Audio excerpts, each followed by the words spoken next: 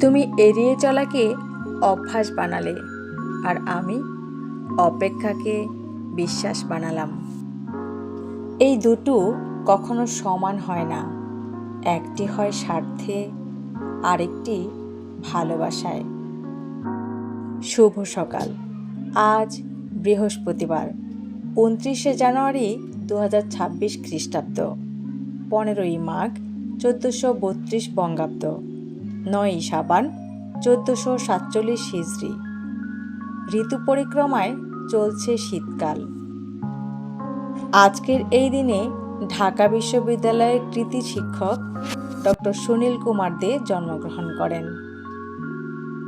আজকের এই দিনে নোবেল পুরস্কার বিজয়ী একজন পাকিস্তানি তাত্ত্বীয় পদার্থবিজ্ঞানী আব্দুস সালাম জন্মগ্রহণ করেন।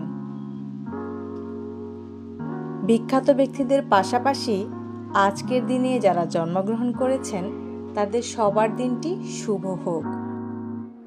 শুভ জন্মদিন।